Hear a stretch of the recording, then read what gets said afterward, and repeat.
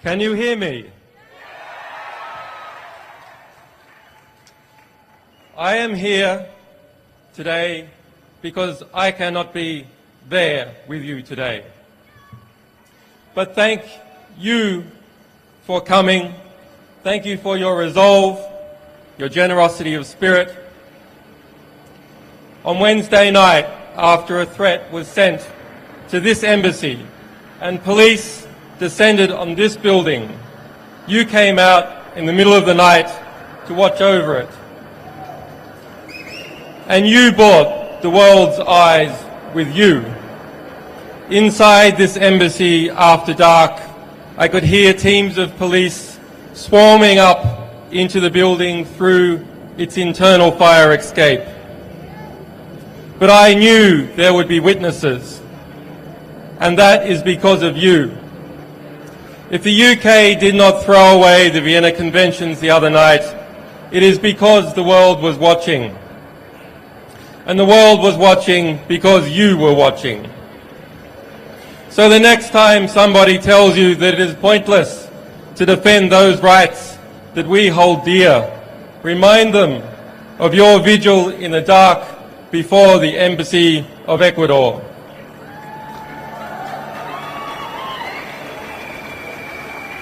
Remind them how, in the morning, the sun came up on a different world and a courageous Latin American nation took a stand for justice.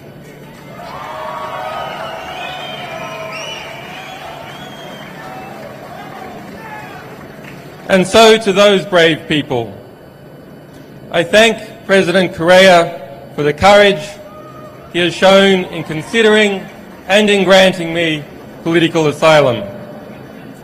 And I also thank the government, and in particular Foreign Minister Ricardo Patino, who upheld the Ecuadorian Constitution and its notion of universal citizenship in their consideration of my asylum. And to the Ecuadorian people for supporting and defending this Constitution. And I also have a debt of gratitude to the staff of this embassy, whose families live in London and who have shown me hospitality and kindness despite the threats we all received.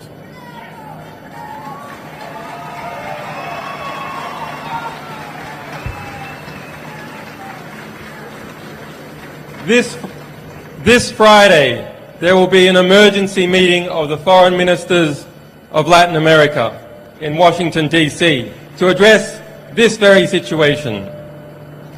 And so I am grateful to those people and governments of Argentina, Bolivia, Brazil, Chile, Colombia, El Salvador, Honduras, Mexico, Nicaragua, Argentina, Peru, Venezuela, and to all other Latin American countries who have come out to defend the right to asylum.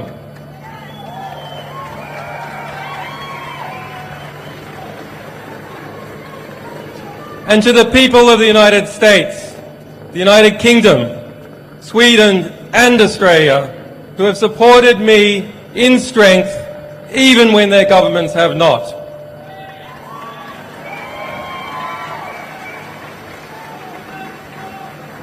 And to those wiser heads in government who are still fighting for justice, your day will come.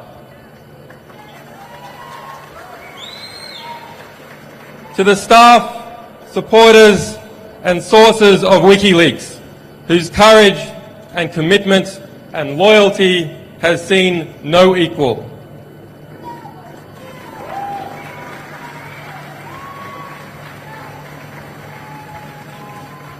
To my family and to my children who have been denied their father, forgive me, we will be reunited soon.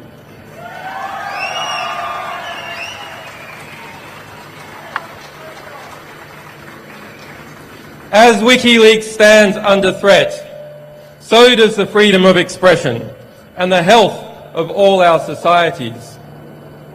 We must use this moment to articulate the choice that is before the government of the United States of America.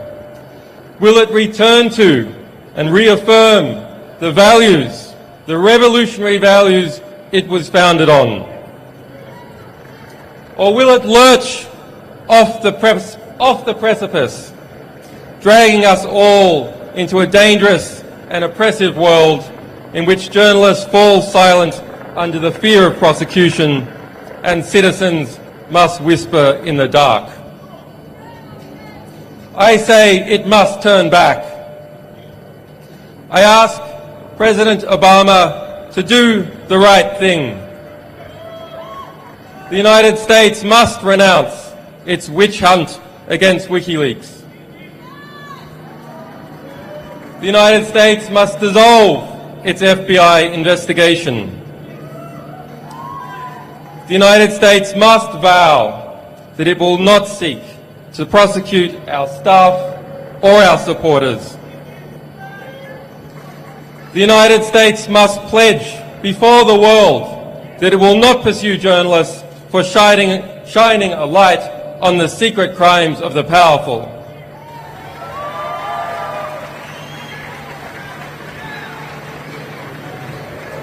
There must be no more foolish talk about prosecuting any media organisation, be it WikiLeaks or be it the New York Times.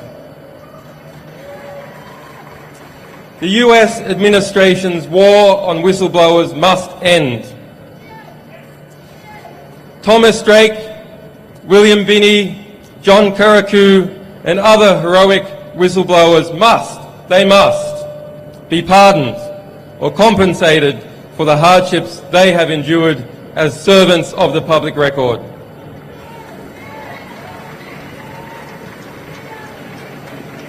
And to the Army private who remains in a military prison in Fort Leavenworth, Kansas, who was found by the United Nations to have endured months of torturous detention in Quantico, Virginia, and who has yet, after 2 years in prison, to see a trial, he must be released. Bradley Manning must be released.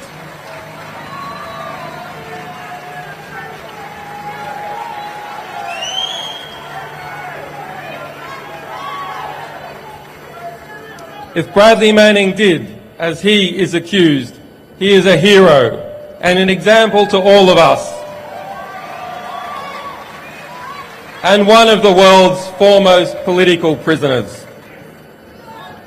Bradley Manning must be released. On Wednesday, Bradley Manning spent his 815th day of detention without trial. The legal maximum is 120 days. On Thursday, my friend Nabil Rajab, president of the Bahrain Human Rights Centre, was sentenced to 3 years in prison for a tweet. On Friday, a Russian band was sentenced to 2 years in jail for a political performance. There is unity in the oppression. There must be absolute unity and determination in the response. Thank you.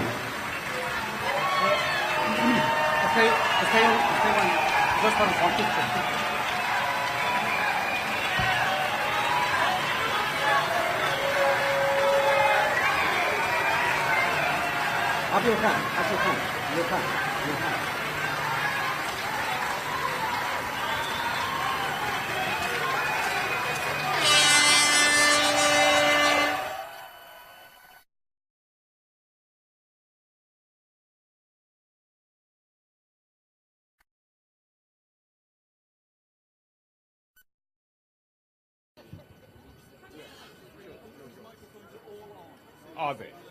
Okay. Hello, can you hear me?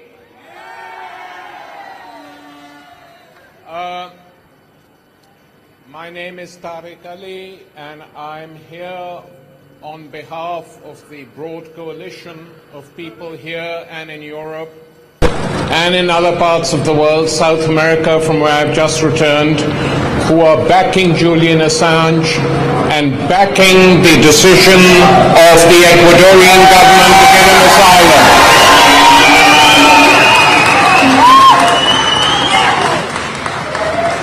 I think the situation will be clarified over the next few days.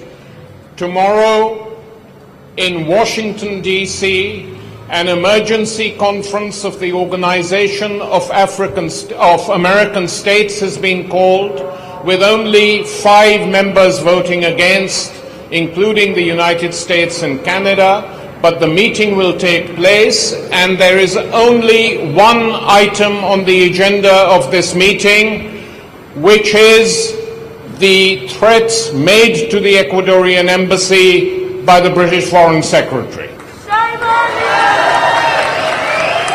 Subsequently, in South America, there will be a meeting of the Bolivarian republics, and we hope Argentina and Brazil, to make it very clear that Ecuador, while it has acted alone, has the support of a huge majority of the South American continent.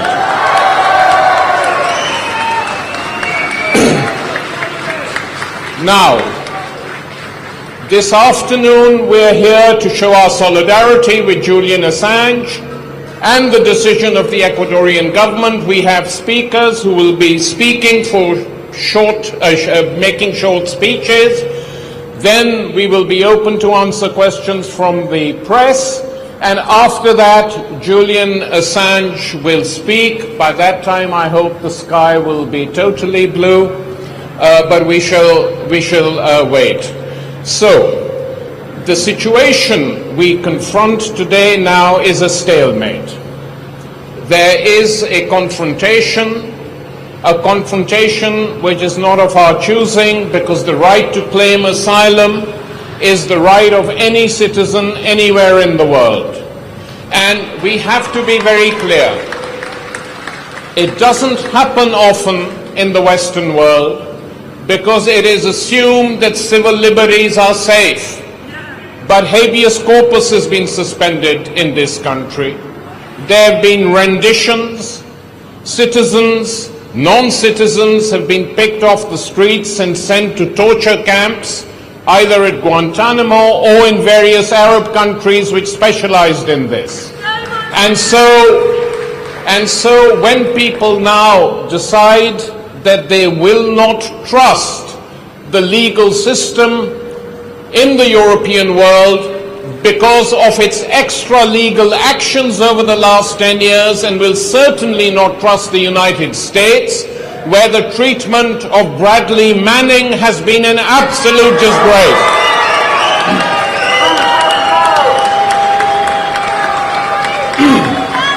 So there is a reason for seeking asylum now. I hope that there are not too many episodes like this, that civil liberties as we once knew them are restored, because it puts a tremendous burden on everyone in this country and elsewhere, and on people who are forced to do this. So the position is very clear. The central issue, as has been made obvious, is the fear of Julian Assange, and it's a totally understandable fear that he could be deported to a third country, that this is not a footling little investigation, not even proven, mounted by Swedish prosecutors, and its acceptance shamefully by the Supreme Court in this country, with judges dissenting, giving dissenting opinions on this within Britain itself. That it is not simply a question of that. That on its own is not the major issue. The major issue is the fear of extradition to the United States, and there is a very simple solution. If, as many newspapers and many government supporters are alleging, this is paranoia, the simplest way, if indeed it is paranoia, is for the United States Justice Department and State Department give a very clear statement saying that the United States has no desire, no intention to demand the extradition of Julian Assange. That is all we are asking for. Let them do it, and there could be a compromise solution very, very rapidly between the Ecuadorian government and the British Foreign Office. The Ecuadorians, I was in Ecuador 2 weeks ago, met the president. They have absolutely no desire to get entangled in a huge row with Britain. It's not their way, it's not their intention. They want a peaceful settlement, and all they ask is an assurance that Julian Assange will not be extradited to a third country, and that is what we hope to achieve with the campaigning we're doing now. Now, unfortunately, we have got many messages from people who can't be here for one reason or the other, and these messages will be read out by spokespeople who are here on their behalf. After that, these messages are over, you can meet all the people here, and after that is over, we will go and, or we will stay and listen to Julian. Now, the first message is from Vivian Westwood, not normally known as a paranoid personality, and the message will be read by Cynthia King. Thank you. Thank you very much. Vivian really regrets not being here today. She wants to underline her unequivocal support for Julian, and she's asked me to read out this message, which I received from her this morning. Through WikiLeaks, Julian Assange continues to expose... Sorry? Thank you. Through WikiLeaks, Julian Assange continues to expose the lies and distortions of the authorities. His fight is our fight. It is a fight for freedom, freedom of information. We are Julian Assange. I am Julian Assange. With love from Vivian. Thank you. Thank you very much for that, Cynthia, and our solidarity with Vivian wherever she is.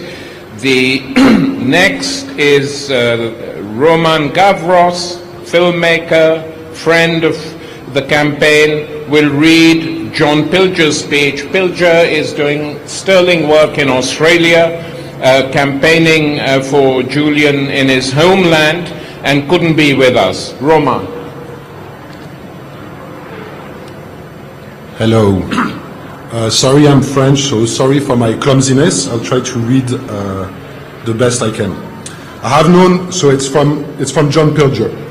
I have known Julian since he came to London and gave the world vital information about Afghanistan, Iraq, which government had suppressed and denied. What is always left out of the public portrayal of Julian is the moral dimension of WikiLeaks. The very notion of morality, of principle, embarrasses those who consort with great power, but ordinary people recognize it straight away and are not embarrassed. They're inspired. WikiLeaks is about the public's right to know and the right to practice the kind of real journalism that made Julian powerful enemies. Enemies he should wear as a badge of courage. Indeed, the whole point about Julian is courage. This is why this is a day of triumph. Triumph for human courage, for principle, for truth. Julian has not broke free, not yet. But with the help of Admiral Rafael Correa and his comrades in the embassy, he has seized back the initiative from those who think they have the divine right to rule the world, lie, and commit war crimes in our name. We should celebrate our resistance and salute Julian. John Pilger.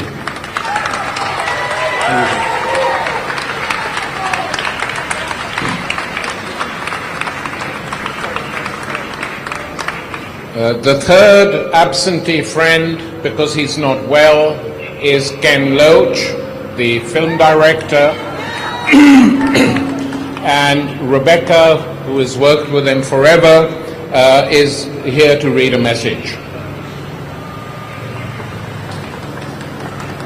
Hi, everybody. The sun's come out, which is good news. I've been working with Ken Loach and Paul Laverty for a very long time, and with them, we give you this message. Julian Assange needs our support. He and WikiLeaks have exposed the dirty secrets of the powerful. Remember WikiLeaks revealing US war crimes in Iraq, firing on unarmed civilians from an Apache helicopter? Nothing but cold-blooded murder. We know the gross brutality the US and Britain will use against those it sees as its enemies. The coups in Latin America, Guantanamo, and now the terror inflicted on Bradley Manning. With right-wingers in the States calling for his execution, Julian has every reason to fear for his safety. But look at the bigger picture. There is much talk of due process and the rule of law. What hypocrisy! Tell that to those left in the shattered ruins of Iraq. More than 1 million dead in a war that was plainly illegal. The US has no regard for due process or international law.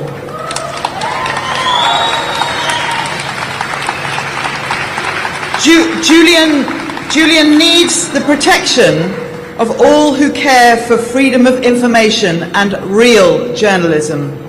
Solidarity with Julian Assange.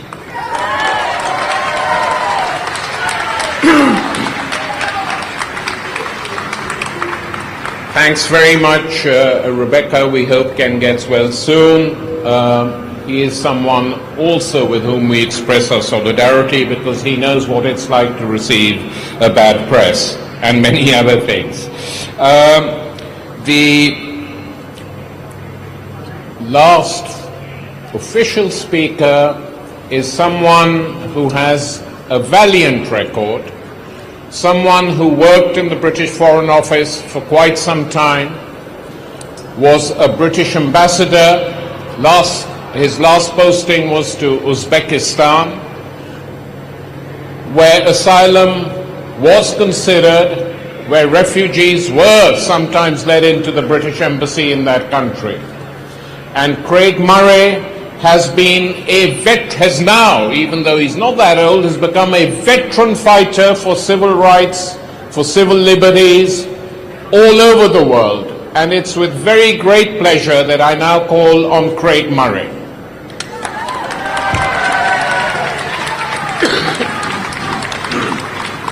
Thank you. We should not forget what this is about.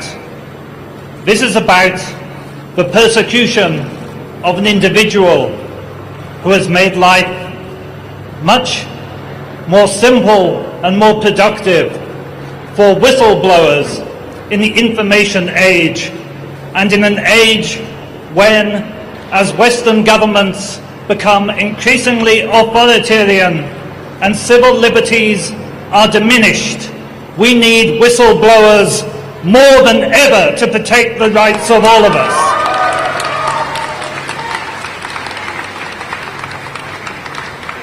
We have heard of the areas where WikiLeaks have been active, not only the prosecution of illegal war in Iraq, but the revealing of individual war crimes carried out within that war.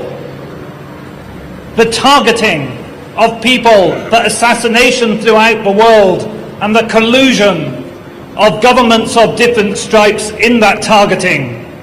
The torture and rendition of individuals. Now consider this. I blew the whistle on torture and extraordinary rendition and the collusion of the CIA and MI6. I was, in consequence, immediately charged with extortion for sexual purposes in exchange for British visas. It took me 1.5 years to clear my name of those charges, because they routinely charge and try to frame and fit up whistleblowers, and that is what is happening to Julian Assange just as it happened to me.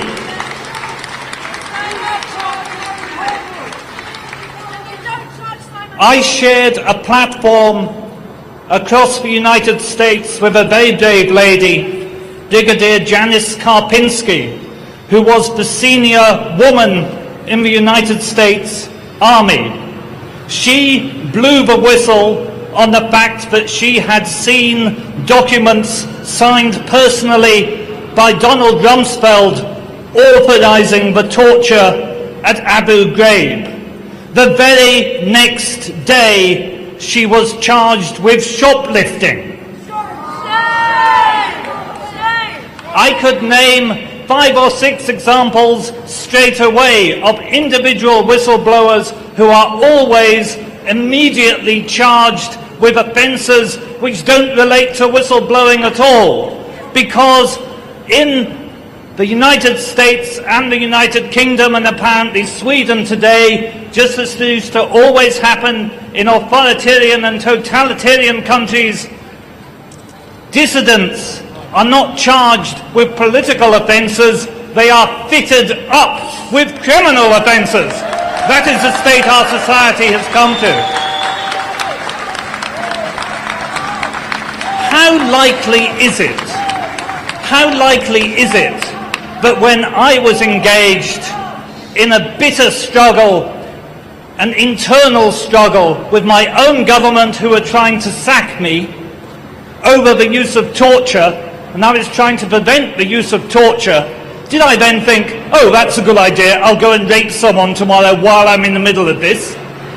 Was Julian Assange, while conducting the campaign of WikiLeaks, so distracted he decided to get into incidental and coincidental criminal activity? Did Donald Rumsfeld get outed as the man who authorized torture by Janice Karpinski just for her to think the very next day she would pop out and do a bit of shoplifting? No! Only our disgustingly complacent and spoon-fed mainstream media would accept such a narrative for one single moment.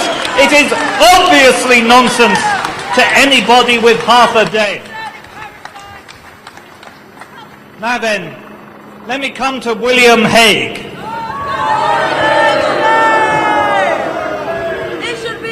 William Hague told us that when he was a student, he used to drink 14 pints of beer a day.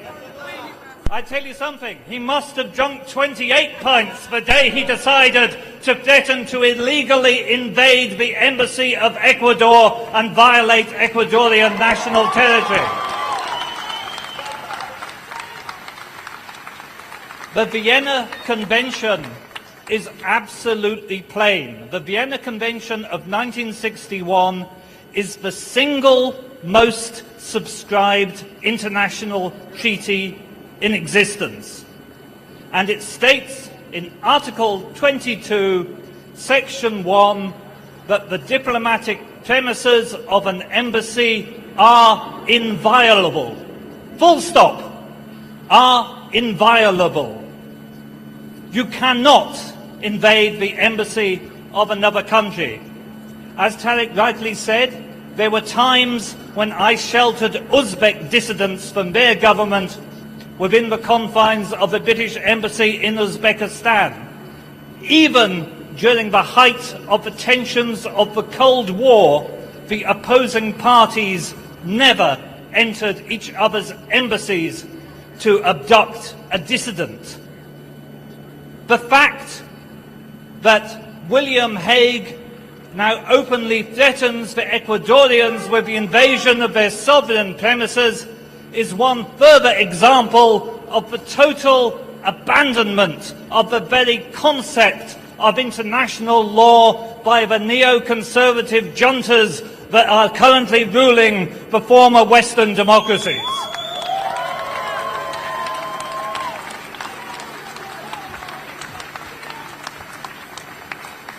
I quoted the Vienna Convention to you. The law that applies within the Embassy of Ecuador is the law of Ecuador. when I served for over 20 years as a British diplomat, if I'd ever murdered my ambassador in the embassy, and there were times I was tempted,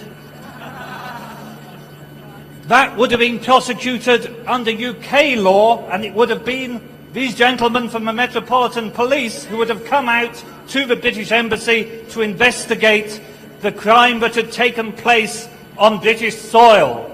And I tell you this, in international law and in Ecuadorian law, whatever British domestic legislation may say, if the Metropolitan Police enter the premises of the Ecuadorian embassy, they are subject to Ecuadorian law, and they are committing a crime under Ecuadorian law for which those individual policemen are quite rightly liable to prosecution. And I can tell you something else for certain. The position I've just outlined, that the invasion of a diplomatic premises is a crime in international law and a crime in the state whose premises are invaded, that is a position which is taken by virtually every country in the world. And it is a crime which is eminently extraditable. So any policeman who forcibly enters the premises of the Embassy of Ecuador will find himself liable for extradition to Ecuador as soon as he leaves the United Kingdom.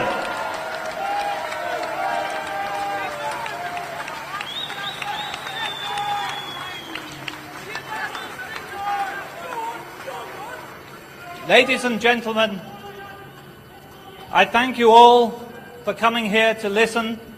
I thank deeply and from my heart those of you who have come to support Julian Assange and support his continuing struggle for freedom and to support the continuing cause of whistleblowing and revealing that which government does not want you to know. We are here today for freedom. Here we stand. We thank the Ecuadorian government for their support, and we stand with Julian Assange. Thank you very much.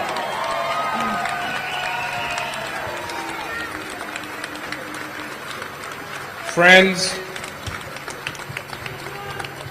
we are almost ended this first part of this afternoon's events, but before we open it to questions from the press and before Julian speaks, I think one aspect of all this has not yet been dealt with, and it needs to be understood, especially in the Western world. Why is it that an Australian citizen facing prosecution by a European country decides to appeal for asylum to a South American republic? And the reason for that is that for the last 10 to 15 years now, huge changes have been taking place in South America. And these changes are very interesting. For a whole while, as many of you will know, South America was governed by military dictatorships of one sort or the other, backed by the United States and its European partners, and allowed to do whatever they wanted. They were taught how to torture, they were taught how to kill, and they carried on doing it till the changes began. And the changes began for social and economic reasons, it should be pointed out. The changes began when the people in Venezuela, who were the first, said enough.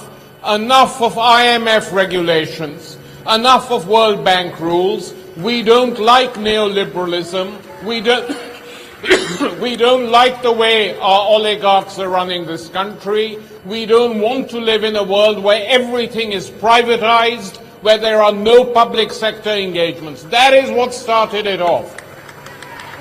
And there have been more elections in Venezuela than in any other country of the world since that time. Referendums launched against, won by the Bolivarians.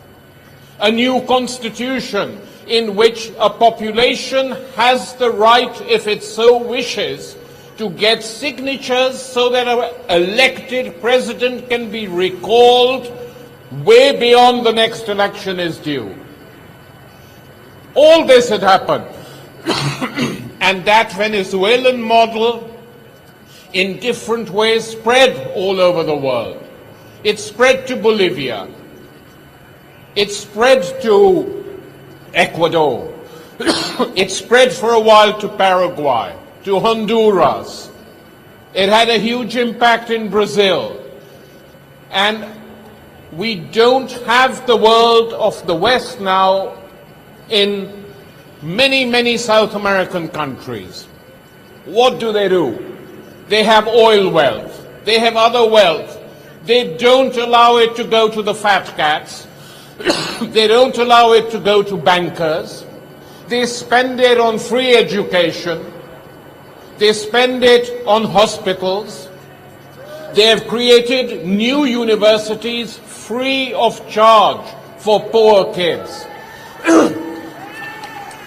They refuse to follow the Western model where everything is privatized, including the armies and including the police force now we hear. Everything is being privatized, for somehow these people feel it's better.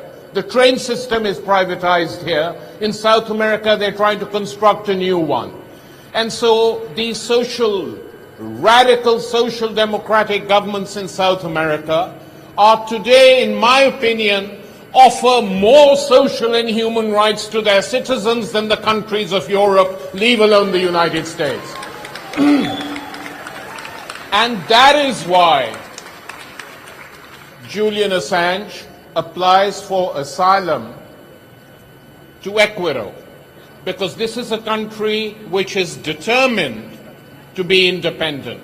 It has asked the American military base in Mantua to leave the country. And when the United States objected, Rafael Correa, the president of Ecuador, said, okay, if you want a base here, let's have equality. Why can't we have a military base in Florida? To even ask the question is considered crazy. And there was no agreement. Out went the base. A new constitution that defends human rights.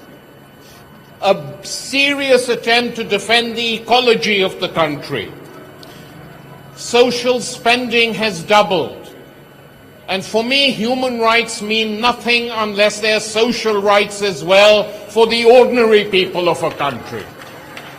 The two go hand in hand. And it is these changes in South America which have now come to the fore in a big way by this one event. But that is why Julian Assange appealed to Ecuador for asylum, and that is why I think in this week that lies ahead, he will receive the backing of a large majority of the South American continent. And the Europeans, European governments and European citizens, if they wished to, could learn a lot from South America today. Just change your gaze.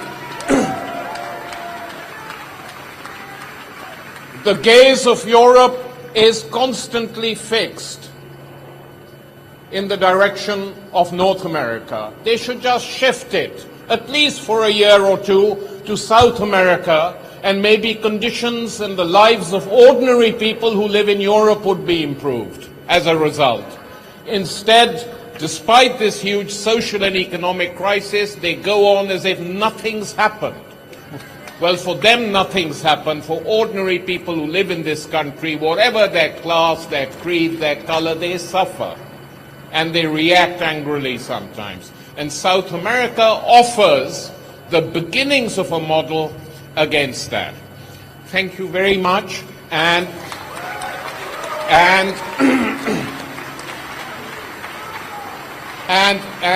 now we are happy to answer questions from the media, if they want. No one here from... Yeah.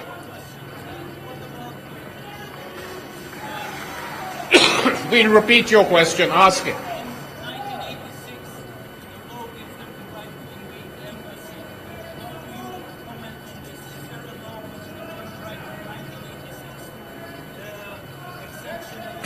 The question is, there was a law in 1986, I'm repeating the questioner, which gave the British government permission to invade an embassy. Domestic law cannot simply override international law. The Chinese government could pass a law saying they had the right to invade the British embassy, but that would be in conflict with the Vienna Convention, to which China is a party.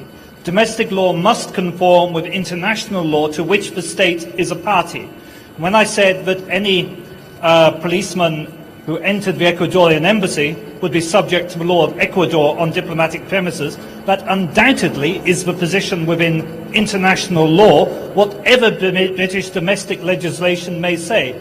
You cannot simply legislate domestically and opt out of international law unless Britain could do that if it withdrew from the Vienna Convention, which would then mean that no British embassy and no British diplomat would have any protection anywhere worldwide.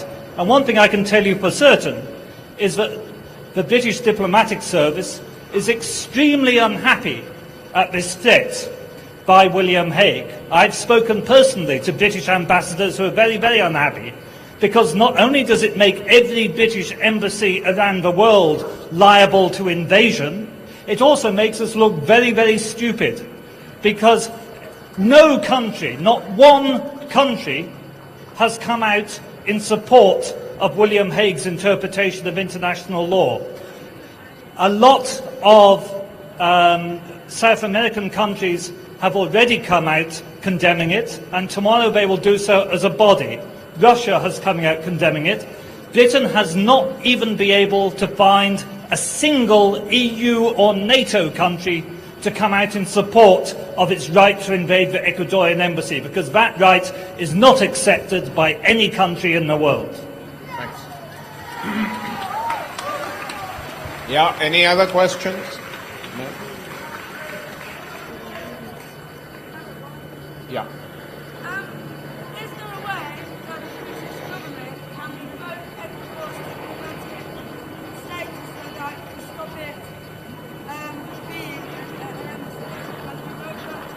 Well, the question is there any way in which the British government could revoke Ecuador's diplomatic status? Yes, governments can do that by declaring, they don't have to give a reason, though they usually do. Not just the British government, any government can do that by declaring particular diplomats or entire diplomatic mission persona non gratis, which means all the diplomats would have to leave the country and relations with that country would be broken off. But I don't think anyone is suggesting that that is what is going to happen, because it would be a huge escalation. And as I pointed out, they might then have to break off diplomatic relations not just with Ecuador but with several other South American countries, which not even the craziest person in the British Foreign Office is going to recommend.